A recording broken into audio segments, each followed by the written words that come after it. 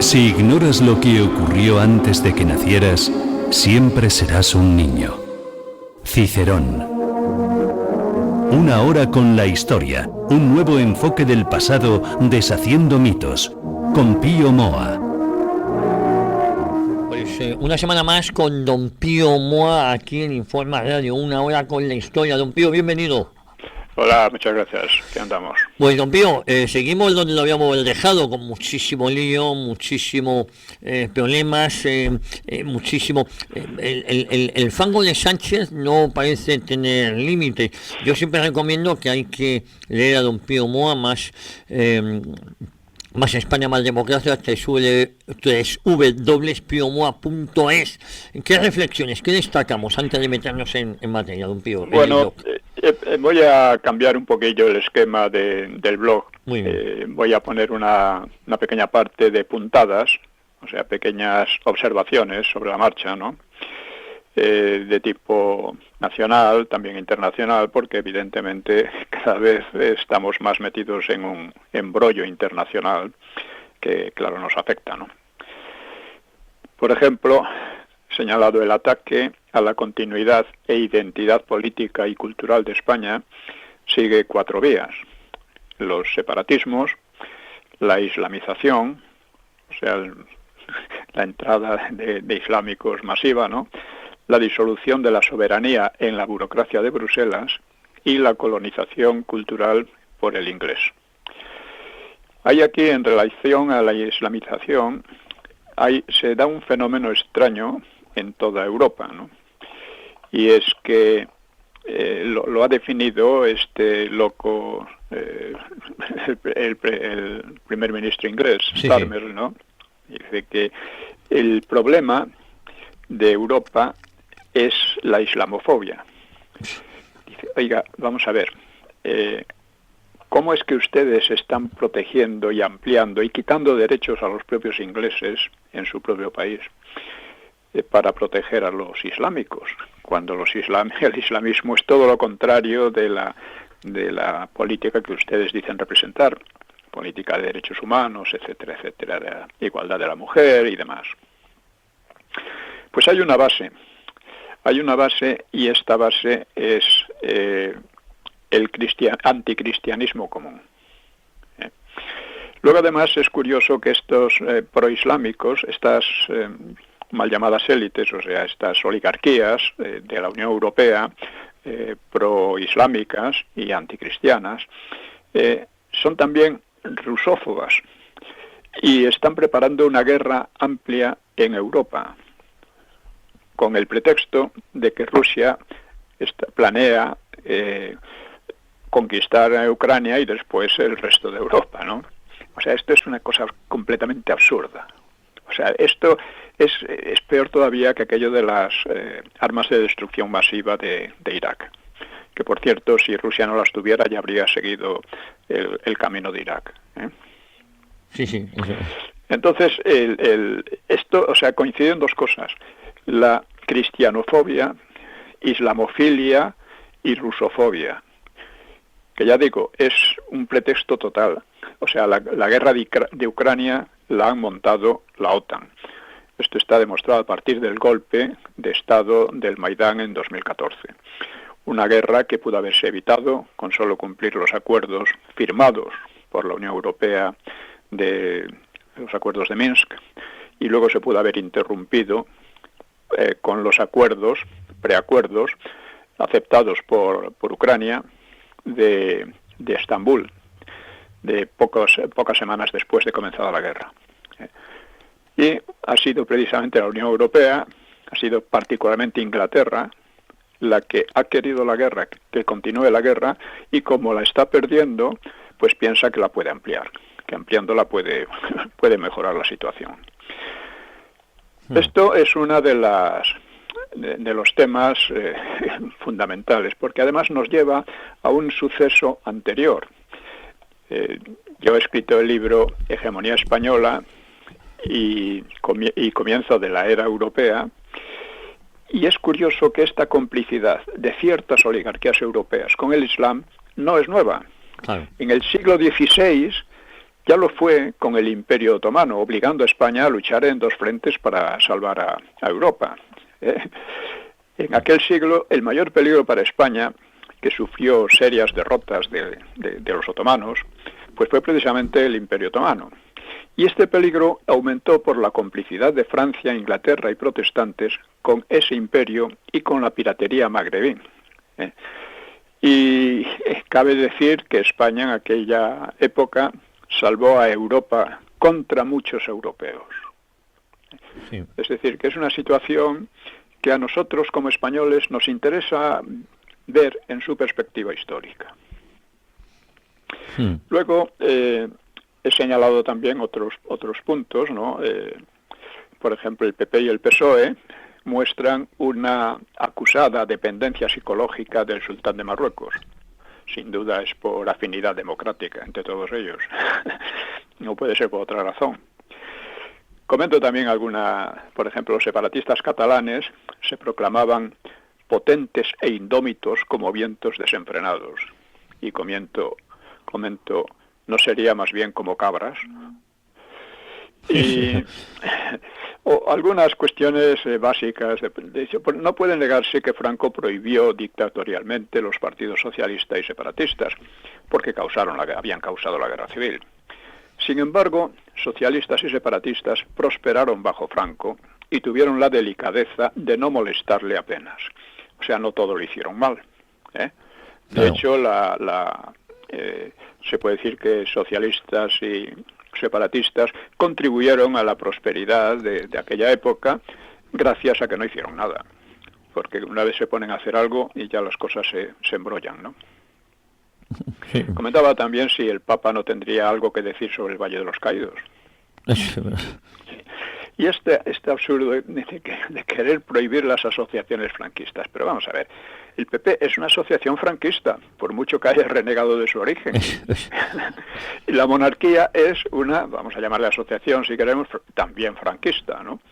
Y los socialistas, que prosperaron mucho en el franquismo, pues tienen algo de franquistas también, puestos a eso, ¿no? O sea que es la farsa en que se ha convertido la política en España, ¿no? En general, ¿no? Luego, en otro aspecto también que me interesa destacar es que el PP y el PSOE siempre han puesto los intereses ingleses por encima de los españoles, y no solo por Gibraltar. Y la Unión Europea hace mismo. A pesar de que Inglaterra salió de la Unión Europea, para la Unión Europea los intereses ingleses son más importantes que los españoles. También quisiera, ante la situación, pues me gustaría que el monarca se asustase un poco ante las perspectivas que él mismo ayuda a crear para España y para la propia monarquía. Bueno, esto en relación con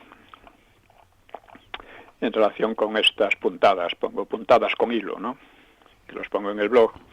También, aparte de eso, trato algunos otros temas, como la situación, el fin de régimen en que estamos, y también, por ejemplo, la cuestión de Carrero.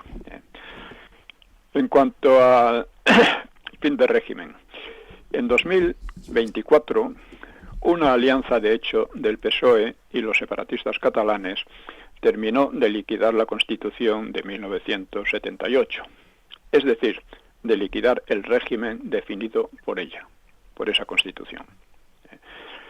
Porque un régimen no es simplemente unos políticos que están ahí discutiendo o no discutiendo, etcétera.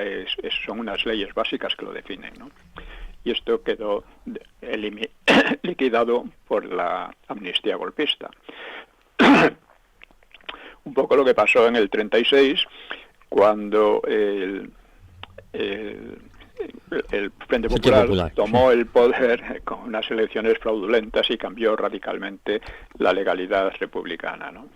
A pesar de lo cual, en fin, se dice que su bando era el republicano, pues va, como si fuera la continuación de la Segunda República.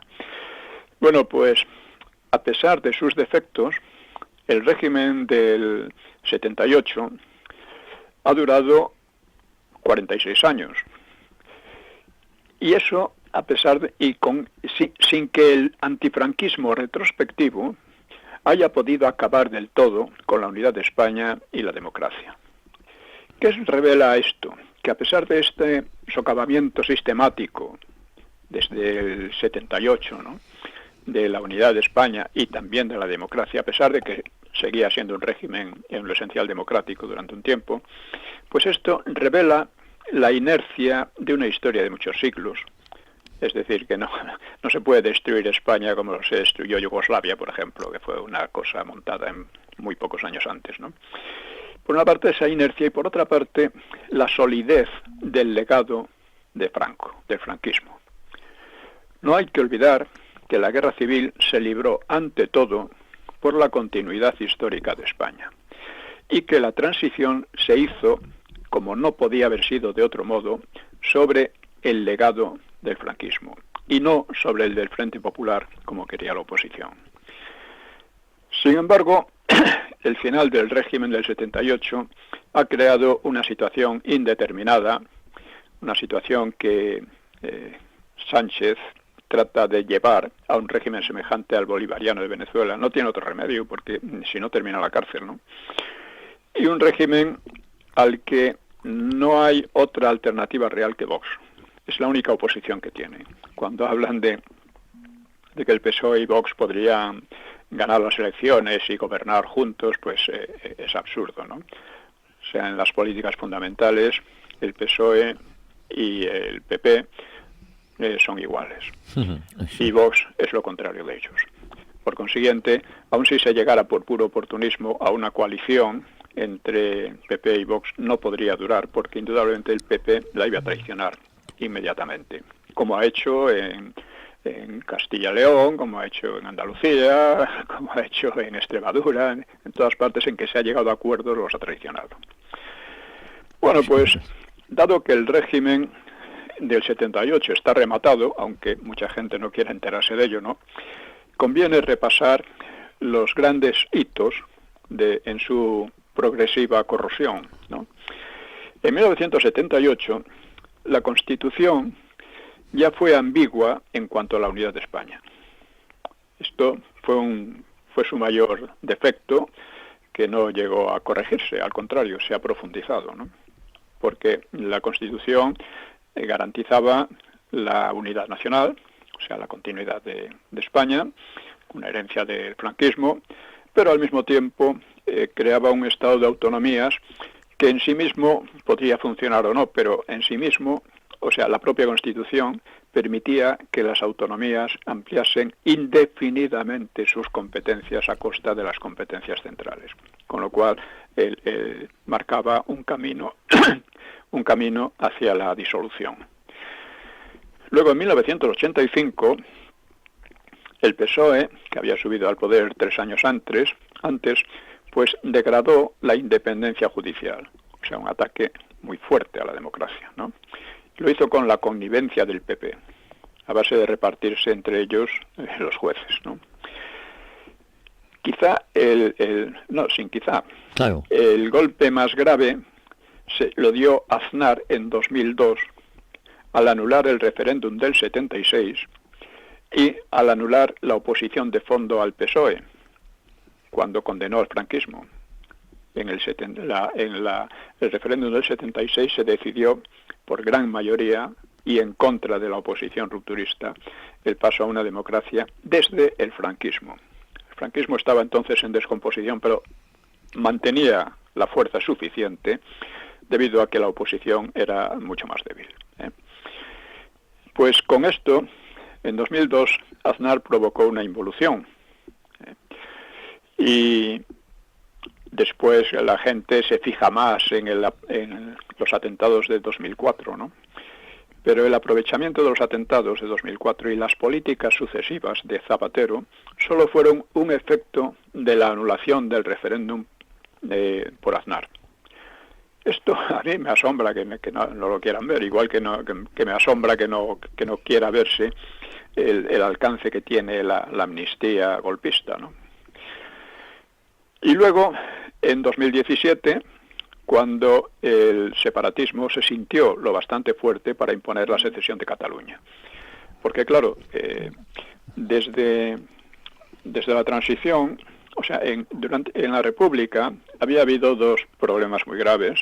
Uno era el problema revolucionario, sovietización de España, sobre todo del PSOE, y otro los separatismos vasco y catalán sobre todo. En la transición, digamos que el peligro revolucionario era mucho menor porque había ya una experiencia internacional del comunismo, estaba en retroceso, y no era tan fuerte la idea como era la República. Pero en cambio el separatismo sí cobró mucha fuerza. Y en gran parte esa fuerza le venía de la política que había seguido la Iglesia desde el Vaticano II, apoyando a los separatistas, incluso a la ETA, no olvidemos. Y entonces, en 2000, claro, como digo, el tratar de destruir la unidad de España era difícil. Hay una inercia histórica muy larga y hay que la solidez, como decía, del legado franquista, ¿no? Pero, como han estado corroyendo esto, socavando la unidad de España durante esos años, finalmente se consideraron lo bastante fuertes para imponerla en Cataluña. Fracasaron, pero en 2024 triunfaron, de hecho, ¿no? Cuando el rey firmó la amnistía golpista. Así que han sido, primero en el 78, por la ambigüedad de la Constitución, en 1985 por el ataque a la independencia judicial, en 2002 por la anulación por Aznar del referéndum del 76, y esto fue lo más grave, y luego en 2017, cuando el separatismo se sintió lo bastante fuerte para imponer la secesión, y en 2024, cuando el rey firmó la amnistía dando fin a un régimen, ¿no? Que ahora estamos en una situación en la que hay unas fuerzas representadas por Sánchez, por el PSOE, no que Sánchez es el PSOE y los grupos que le apoyan, los separatistas, que tratan de imponer una evolución hacia un régimen, por supuesto, antidemocrático y en el que podría quedar dividida España, ¿no? Y, claro, hay también, por fortuna, una oposición, porque cuando el golpe del 17, no debemos olvidar que fue cuando surgió Vox como una fuerza real. Y esta fuerza ha estado creciendo, a pesar de que todos están contra ella, están tratando de hundirla, y actualmente están todos muy preocupados. Y lo vemos en muchísimas cosas, ¿no? Desde la actitud de algunos, de la utilización de algunos aventureros y de otros que han salido de Vox, como Espinosa de los Monteros, para quitar el mayor número posible de votos a Vox, y hacerlo, en fin. Bueno, pues dicho esto, que es un poco un análisis de la situación con una perspectiva histórica, porque si no se tiene esa perspectiva, la situación es siempre una confusión, un lío, detalles que no coinciden, etcétera, ¿no? Una perspectiva histórica de cómo ha ido evolucionando el régimen del 78, pues con esto creo que nos aclaramos bastante más sobre lo que vivimos.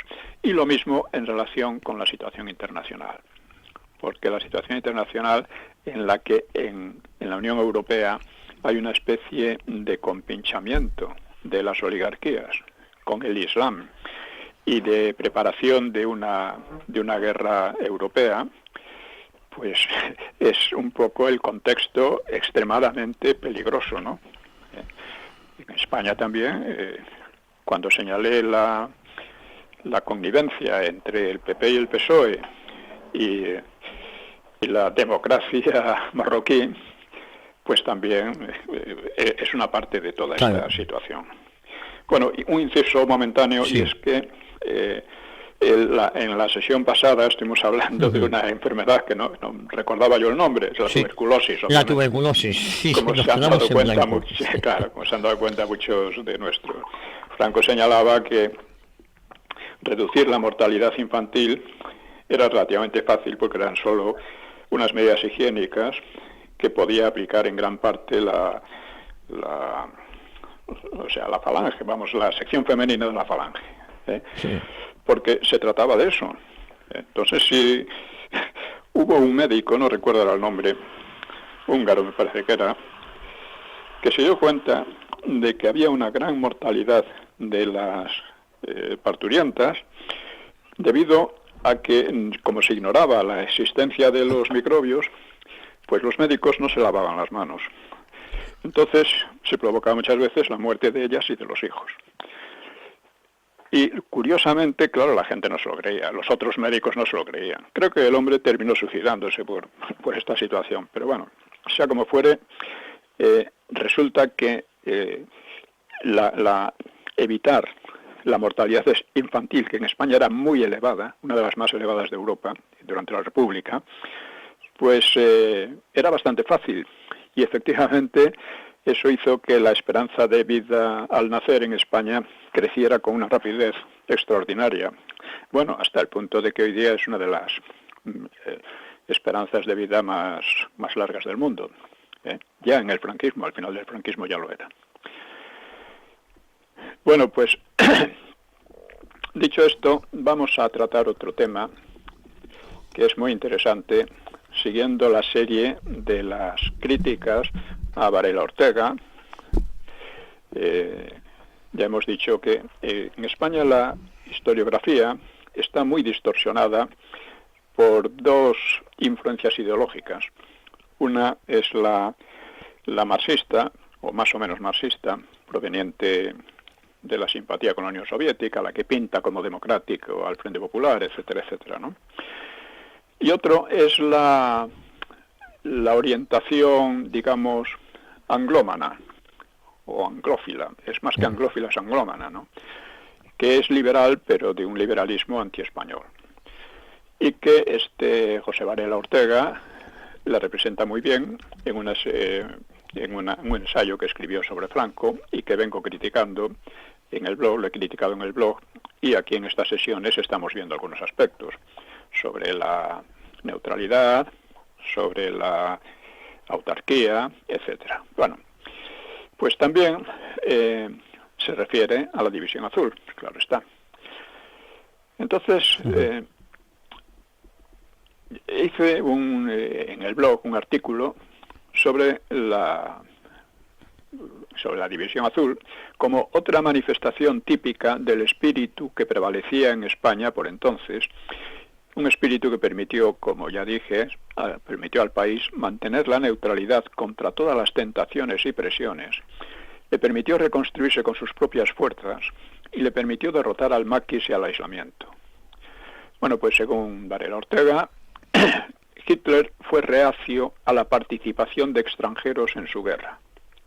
Esto es asombroso, ¿no? Se ve que no tuvo éxito en esa oposición, porque participaron hasta 2 millones entre italianos, rumanos, húngaros, bálticos y finlandeses, aparte de unidades menores de voluntarios franceses, holandeses, noruegos y otros, unidades de caucásicos y musulmanes, más los rusos de Blasov y los auxiliares rusos y ucranianos, Hiwis, que llegaron quizás hasta 1 millón.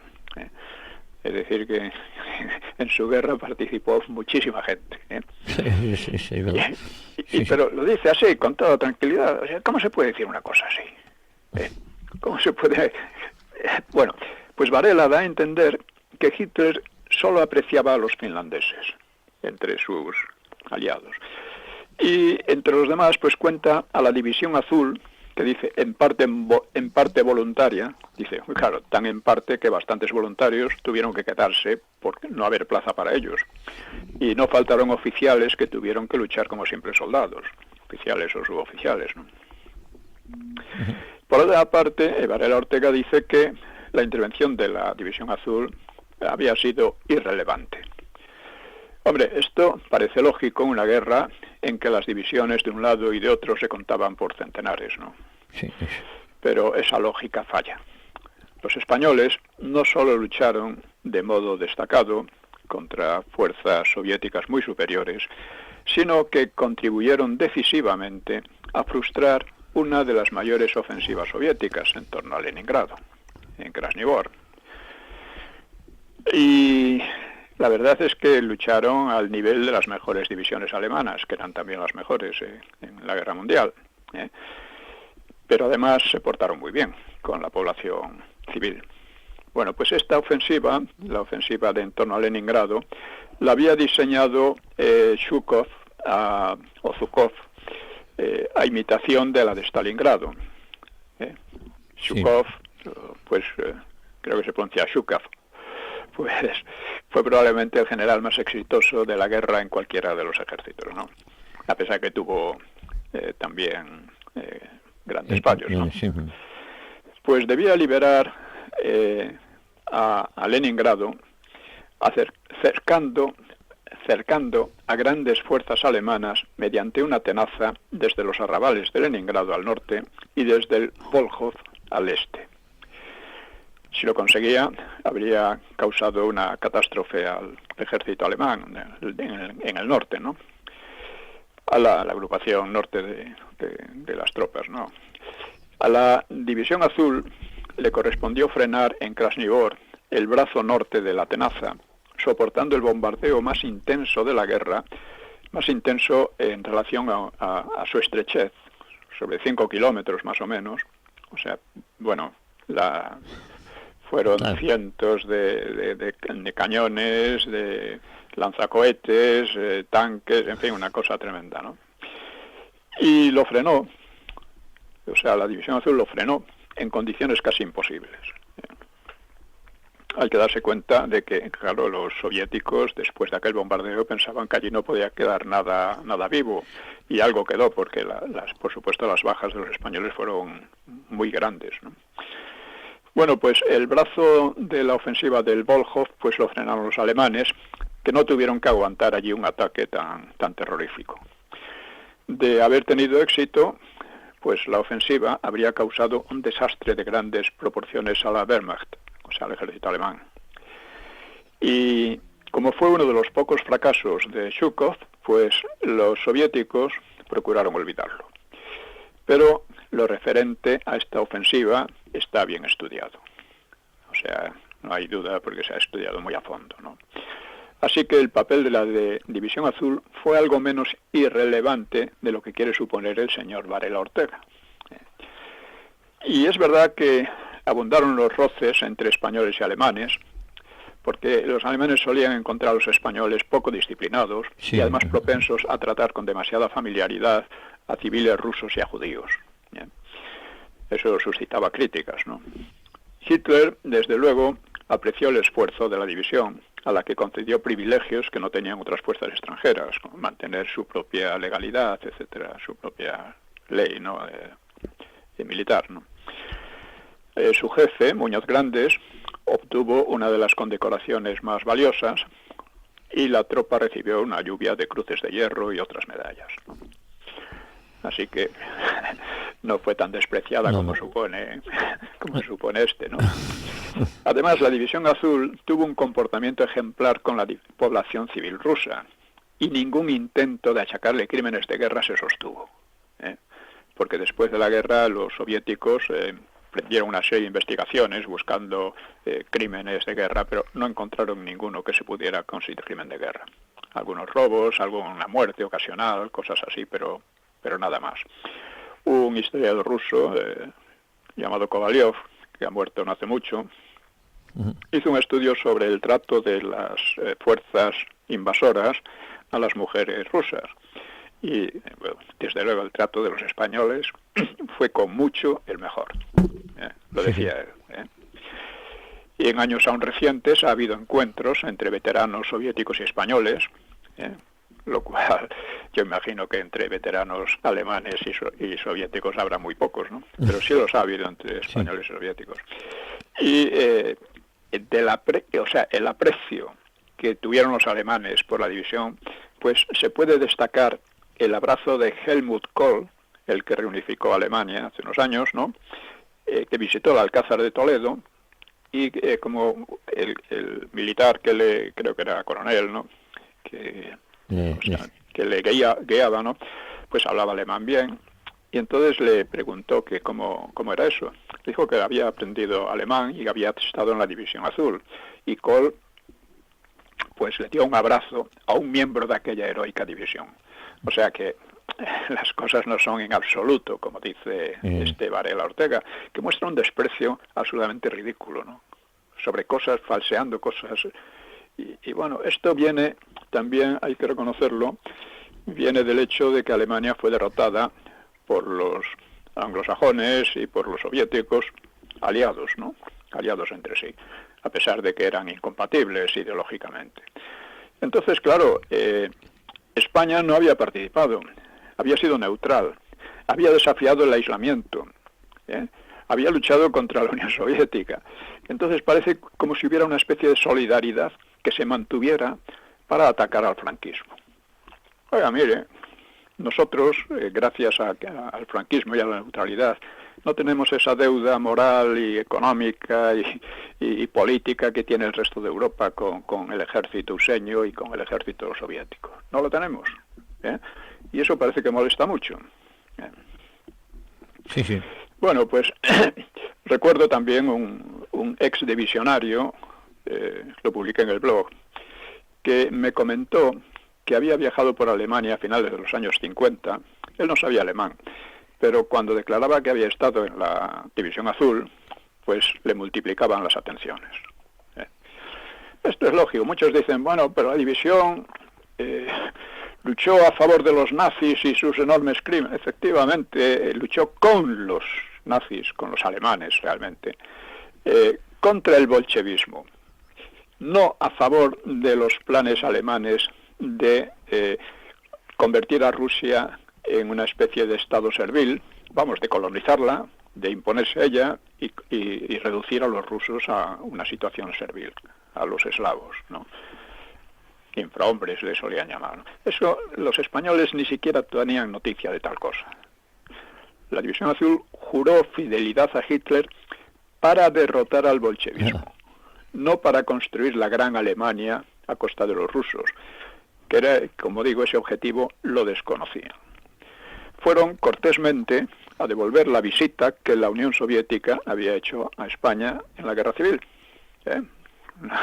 Devolver la visita a Stalin. Y contra diversas versiones, porque también dicen que Franco envió a la División Azul para liquidar a los elementos más duros de la Falange, pues Franco envió a la División Azul como una retribución por la ayuda recibida en la Guerra Civil, pensando, como casi todo el mundo pensaba entonces, que la división apenas llegaría para desfilar por la Plaza Roja, porque creían que los alemanes estaban a punto de vencer. Claro, luego la situación varió radicalmente y por fin, después de Stalingrado y de Kursk, las batallas de Stalingrado y Kursk, pues el temor a que los españoles pudieran quedar cercados y aniquilados como tantas otras divisiones alemanas, pues decidió a Franco a retirarla en octubre de 1943, dejando una representación simbólica, ¿no? La Legión Azul, ¿no? Y esta fue la realidad. Claro, o sea, si la división hubiera sido aniquilada por los soviéticos, habría sido un golpe muy fuerte para España y para el régimen, ¿no? Así que hasta ahí llegaba su compromiso con Hitler, ir a luchar contra los comunistas, y cuando el ejército alemán pues estaba en situación crítica, pues se retiraron porque tenía que ser así. Hay que decir que el compromiso de Franco con Hitler pues no llegó tampoco a permitir el paso de tropas alemanas hacia Gibraltar, ¿no? Que hubiera sido un golpe muy fuerte para Inglaterra, ¿no? En cambio, los suecos sí permitieron el paso de tropas alemanas hacia Noruega y hacia Finlandia. Por poner un ejemplo. Eso por no recordar que España fue uno de los poquísimos países que salvó a judíos. Que los anglosajones, que sabían lo que pasaba, pues se desentendieron, ¿no? Bueno, no, como decía en el artículo, no entro aquí en las disquisiciones rebuscadas y embrolladas de Preston, de Núñez Seixas, que es otro que está por ahí también, y tantos otros, a quienes Varela da un crédito francamente excesivo sobre los motivos de la División Azul, que son unos motivos clarísimos y fáciles de entender, ¿no? Y cabría recomendar a Varela más respeto por aquella heroica división y menos por las interesadas interpretaciones inglesas, porque en Inglaterra la propaganda contra la división fue muy fuerte, pero desde hace años hay estudios de expertos militares ingleses muy favorables a la división azul, ¿no?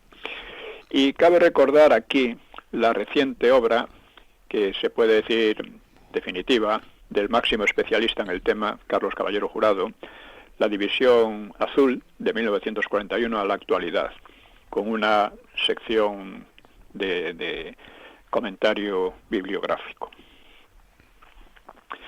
Bueno, pues con esto vamos a pasar a otra cuestión que es de mucha actualidad, de plena actualidad, ¿no? Y es la evolución de España desde el 11M, porque realmente seguimos sin saber quiénes fueron los verdaderos autores, lo cual es muy significativo, ¿no? No hay que olvidar que para clarificar un poco lo que fue el 23F, pues pasaron muchos años. O sea, la versión oficial de que fue un golpe militar contra la democracia, pues se ha mantenido hasta hace relativamente poco, ¿no? Cuando en realidad pues fue un golpe de timón que intentaron de una manera muy chapucera para encauzar la situación crítica a la que había llevado la política de Suárez. Suárez fue el verdadero culpable detrás del 23F, pero nadie lo dice, parece que fue un héroe, ¿no? Y el rey otro, cuando el rey estaba involucrado, estaba perfectamente al tanto, por supuesto. Eso se sabe ahora, pero tardó muchos años. Y sobre lo del 11M de 2004, pues ha pasado algo muy parecido.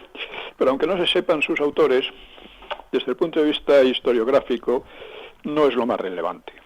Lo más relevante fueron sus consecuencias políticas, o sea, quiénes se beneficiaron de los atentados.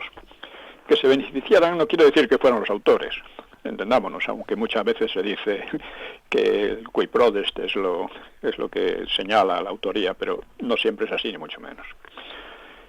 Pero bueno, los beneficiarios son claramente visibles. En primer lugar, el PSOE de Zapatero ganó las elecciones por haber acertado al oponerse a la guerra de Irak, con lo que hizo pagar al PP su sumisión a USA e Inglaterra. España participó en una guerra que ni le iba ni le venía, y entonces se pudo presentar el atentado como una venganza muy lamentable, dolorosa y todo lo que se quiera, pero claro, natural. Oye, los otros se defendían, los islámicos, ¿no? Y desde el poder, Zapatero no haría otra cosa más que aplicar lo que implicaba la condena de Aznar al franquismo 2 años antes. Y es decir, atacar la herencia del franquismo, ¿no? Otros beneficiarios asociados pues fueron los separatismos y la ETA. La cuestión separatista debe verse en perspectiva. En la República, como ya dije antes, el problema mayor procedía del radicalismo sovietizante del PSOE y en segundo plano de los separatismos. En el posfranquismo, la presión revolucionaria pues perdió fuelle y pasó a primer plano el separatismo catalán y vasco, alentado por los gobiernos democristianos de UCD y PP y por la propia Constitución. Quiero señalar esto de los gobiernos democristianos, porque la UCD, aunque su base procedía del movimiento, de la Falange, en gran parte su base organizativa, ¿cómo se llama?, los gobernadores civiles y demás. No, eso es. Quien verdaderamente dirigía aquello era una pequeña minoría de democristianos y también con algunos socialdemócratas, ¿no?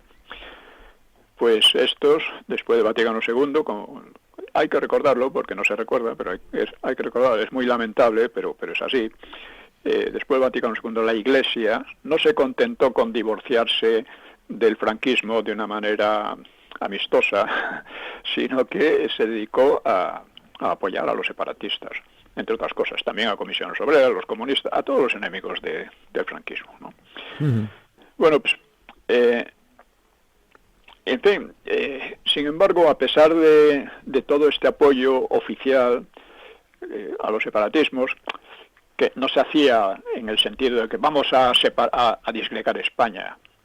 Nadie en la UCD o el PP lo pensaba así, pero pensaban que tampoco era tan grave y que no había demasiado problema, ¿no?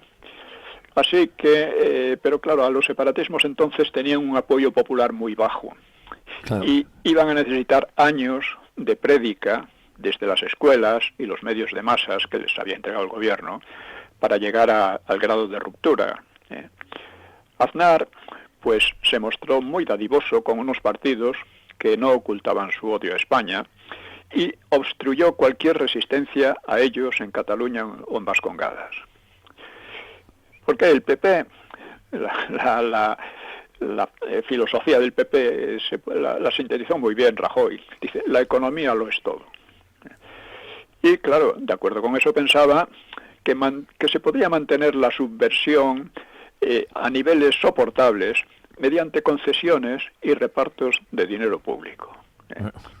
Lo que quieren es dinero, pues vamos a darle y así se calman. Bueno, Zapatero dio a este proseparatismo de Aznar, le dio un tono más ideológico, que hay que entender, porque no fue una cuestión anecdótica ni del momento. En la transición, el PSOE había saltado al ruedo hablando del derecho de las nacionalidades a la autodeterminación.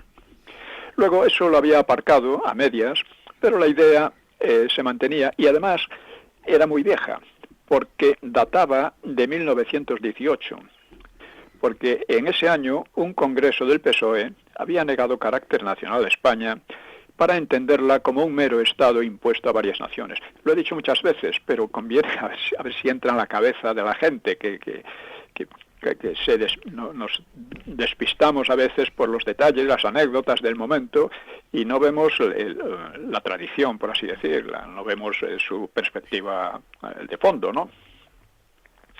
Así que, de acuerdo con los separatistas, Zapatero impulsó nuevos estatutos sin que hubiera ninguna demanda popular de ellos.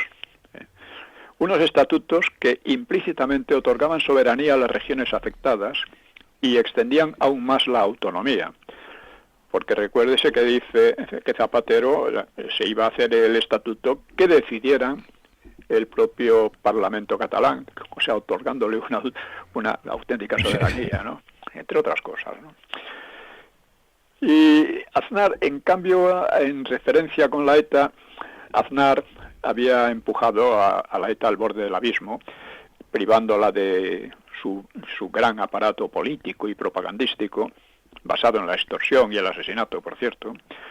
Y este aparato pues era un privilegio del que había gozado debido a la mala conciencia tanto del PSOE como de la derecha. La ETA reunía los dos rasgos mayores del Frente Popular. Era al mismo tiempo comunista y separatista, o socialista, radical y separatista. Y además había luchado contra el franquismo. En cambio el PSOE pues condenaba al franquismo sin haberlo combatido, y el PP lo condenaba viniendo directamente del PSOE, lo cual, o sea, estas cuestiones políticas son verdaderamente tremendas, ¿no? Sí. Estos absurdos, estas farsas, ¿no? Bueno, al identificar democracia con antifranquismo, los auténticos demócratas pues pasaban a ser los comunistas, la ETA o el Grapo, y en cambio el PSOE y el PP serían cómplices, por lo menos pasivos, de aquella horrenda dictadura. Lógicamente, Zapatero no completó la destrucción de los terroristas, no completó la destrucción de la ETA, que estaba casi a punto, sino que aprovechó su debilidad para reconvertirlos en una potencia política de afinidad antifranquista. Todos antifranquistas, así que... Y hasta el hombre debió de creer que iba a ganar el Premio Nobel de la Paz, como le seducían algunos etarras. Te van a dar el Premio Nobel, macho. Sí. Lo decían prácticamente así, ¿eh? O sea, nunca se había dado semejante colaboración con banda armada. Una colaboración que solo la obstaculizaban el desprecio de los etarras hacia sus benefactores socialistas, porque para los etarras los socialistas eran una panda de golfos que no habían hecho nada y que ahora se presentaban como lo que no eran, ¿no? como los antifranquistas, luchadores antifranquistas y tal. La colaboración entre los dos se pintó, además, que esto es lo más común, lo más cómico, dice como un éxito de los demócratas contra los terroristas. Y así lo aceptó, de hecho, el PP. Otro asunto al que Zapatero prestó atención fue al Valle de los Caídos. El Valle de los Caídos es un monumento grandioso que aspiraba a la reconciliación después de la Guerra Civil y, fuera de eso, era un patrimonio histórico-artístico de valor incalculable. Bueno, pues contra él desató campañas de calumnias flagrantes en los medios de masas afines y de la propia derecha, hablando, por ejemplo, de que fue constituido por 20.000 presos políticos, ¿no? Imagina 20.000 metidos allí, eso sería un caos, ¿no? Pero esa parte, ¿no? Y esto lo publicó también el ABC. Bueno, pues perturbó el acceso al valle y su conservación con vistas a irlo arruinando. De este modo continuaba una tradición de destrucción y saqueo del patrimonio nacional durante la Guerra Civil, porque en la Guerra Civil el PSOE, junto con otros, no solo él, pero él de manera destacada, pues destruyó y saqueó el patrimonio histórico-artístico de una manera salvaje y además confesada en la polémica que hubo entre Negrín y Prieto después de la guerra, por hacerse con los tesoros que habían saqueado, ¿no?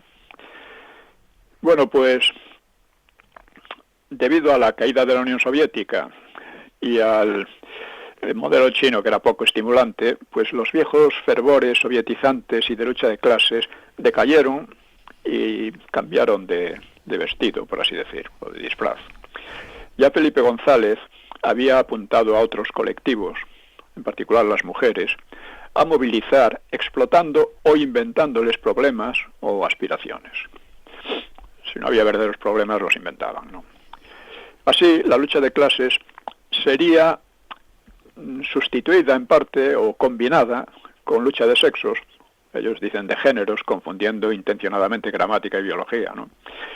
Y el nuevo feminismo, salido de USA con rasgos de histeria, pues fue impulsado también en España. Los dos sexos no serían complementarios, sino antagónicos, los hombres violadores y asesinos, al menos en potencia, y opresores patriarcales, cosa que Zapatero achacó al cristianismo en una revista internacional. Dijo, lo que más me indigna son los 2000 años de opresión que ha sufrido la mujer, una cosa de este estilo, ¿no? 2000 años son el cristianismo, claro. El feminismo o neofeminismo pues multiplicaba los géneros. No solo había hombres y mujeres, había no sé cuántos más, ¿no? Atacaba a la familia patriarcal, decían ellos, atacaba la procreación. De hecho, como recordaba Doris Lessing, que también era feminista pero más razonable, pues se indignaba de que, como las feministas en Inglaterra consideraban seres de segunda clase a las mujeres que decidían tener hijos, ¿no? Bueno, también ese feminismo impulsaba la homosexualidad, incluso con adopciones y matrimonios, entre comillas, y afirmaba existir numerosos géneros, lo que llama géneros, ¿no? Y pretendía excluir al sexo de la biología y lo pasaba al sentimiento. Es decir, uno no es lo que es, sino lo que siente, ¿eh? Lo que si uno se siente, en fin, uno se puede sentir millonario y ser un pobretón, claro, se puede sentir mujer y sigue siendo hombre, le guste o no, y viceversa, ¿no? Estos absurdos se volvían, que es lo más grave, se volvían persecutorios porque se completaban con la invención de un delito nuevo, el delito de odio, que es algo con lo que se ha transigido y es algo tan radicalmente antidemocrático y absurdo. O sea, que un gobierno, que unos personajillos, cualesquiera, unos políticos, pretendan reglamentar lo que tú sientes, es algo nunca visto, ¿eh? Pero, siendo delito, pues podía ser castigable. Cualquiera que se mostrase incrédulo a todos estos absurdos y lo explicase, lo expusiese, pues podía ser castigado por delito de odio. Bueno, esto es, en fin, una revolución a su modo, ¿no? Luego, a la corrosión de la unidad nacional y hasta de la convivencia entre ambos sexos, pues el PSOE unió la entrega de soberanía a las burocracias de Bruselas y a Londres. Estamos hablando de Zapatero. Por supuesto, todo está seguido con Sánchez, ¿no? Se mantuvo con Rajoy y ha seguido con Sánchez, ¿no? Y además 1000 favores a Marruecos. Por ejemplo, en 2004 el PSOE incitó al público a aprobar sin leer un proyecto de Constitución Europea, aunque claro, luego fracasó en referéndum en Francia y en Holanda, o sea que no fue. Luego eso lo han arreglado de otra manera, o sea, pero fracasó en aquel momento. En cuanto a Gibraltar, pues el PSOE realizó una serie de maniobras que en el fondo reforzaban la ocupación inglesa, después de que Felipe González convirtiera al Peñón en un venero, ¿no?, de negocios oscuros y de corrupción. Esto demuestra, ¿no?, el concepto en que tiene el PSOE la idea de España. En cuanto a Marruecos, que aspira a imitar a Inglaterra con Ceuta y Melilla, pues cuando en 2002, bajo Aznar, una tropa marroquí ocupó el islote español de Perejil, y Zapatero ocupó el islote español y entonces Zapatero acudió a Rabat a ofrecerse al sultán. Claro, ¿cómo es posible eso, no? Bueno, es un acto técnicamente de alta traición, que por supuesto el déspota de Rabat, el déspota marroquí, premiaría con diversas atenciones a Zapatero. Aznar, tras algunas vacilaciones, bueno, les ha dado medallas, les ha premiado, ¿no? Aznar, después de algunas vacilaciones, pues hizo expulsar a los invasores marroquíes, pero aceptó privar al islote de aguas propias. En fin, hubo una cierta rendición, ¿no? Zapatero también participó en la destrucción de Libia en 2011. Nos quedan 3 minutos, don Pío, para informarle. 4 minutos, sí. Pues vamos seguiremos luego, vamos con ello, ¿no? Y colaboró con los regímenes latinoamericanos de izquierda más despóticos e hispanófobos. Digo latinoamericano cuando me refiero a este tipo de cosas, ¿no? El narcotráfico, la violencia, todas estas cosas, el golpismo. E Hispanoamérica cuando nos referimos a cuestiones políticas, a cuestiones más positivas y culturales, ¿no? Sí. Pues este fulano pues también colaboró con los regímenes más hispanófobos y tiránicos, que a menudo estaban complicados en el narcotráfico y que iban imponiéndose contra los más democráticos, pero a menudo también corruptos. Venezuela, los anteriores a Chávez y tal, pues eran más demócratas, sí, pero eran muy corruptos también, y esto facilitó la demagogia chavista, ¿no? Al salir del poder, Zapatero llegaría a enriquecerse como agente propagandístico del bolivariano de Venezuela. Y como tenía además manías de grandezas, pues había promovido una alianza de civilizaciones, sin especificar de qué civilizaciones y contra qué otras se aliaban. Las alianzas se hacen contra alguien, ¿no? Contra alguien al que se considera peligroso, ¿no? No lo especificó, era innecesario por otra parte, ¿no? Era una alianza contra Occidente, en definitiva. Bueno, estos y otros movimientos semejantes, pues, como digo, desplegaban las posibilidades abiertas por Aznar al condenar el franquismo. Y además lo justificaban. Todo esto era alejarse de aquella dictadura horrible, ¿no? Estos movimientos y otros semejantes, pues, impedían al PP hacer oposición, aun si lo hubieran deseado. Pero de hecho, el PP se agregaba a ellos, y no por casualidad, pues fingiendo movilizaciones que pronto olvidaba para retener votantes. Claro, tenía que hacer algo que pareciera una oposición, ¿no? Y evidentemente lo olvidaba convenientemente en cuanto conseguía dar esa impresión. Sí.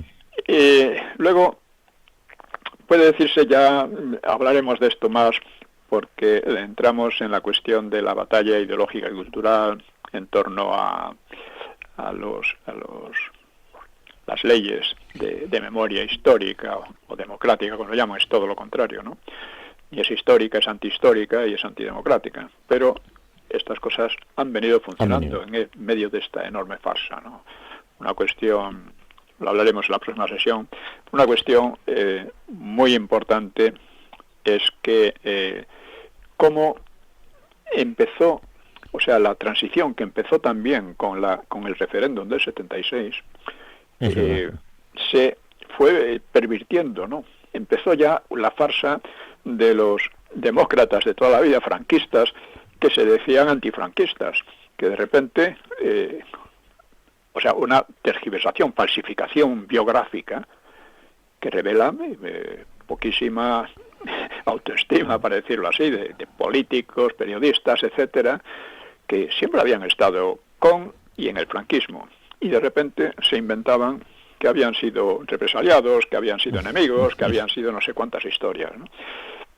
Esto fue solo el comienzo. Al final la farsa, a partir de 2002, ya se hizo total. Y esto es precisamente lo que ha terminado acabando con el sistema. Pues con esto podríamos acabar y seguiremos el próximo día con otro. Recordando también a nuestros oyentes que este es un programa, por así decir, de combate contra la falsedad, de combate contra la distorsión de la historia y de la realidad política, ¿no? Y que debemos comprometernos todos. Y eso significa difundir el programa y apoyarlo también económicamente, porque claro, todo tiene una base económica. Y nosotros no obligamos a nadie a que nos financie, pero los chiringuitos que monta la izquierda, todas estas historietas historiográficas, etcétera, son subvencionadas, lo cual quiere decir que las pagamos todos, nos guste o no. Sí, eso es. En fin, esto se trata de una contribución voluntaria y además combativa. Pues don Pío, muchísimas gracias, lo dejamos aquí con la promesa de volver la próxima semana aquí en Informa Radio a 1 hora con la historia. De acuerdo, muy bien, y un abrazo para todos. Un abrazo muy fuerte, don Pío. Hasta la semana que viene. Adiós.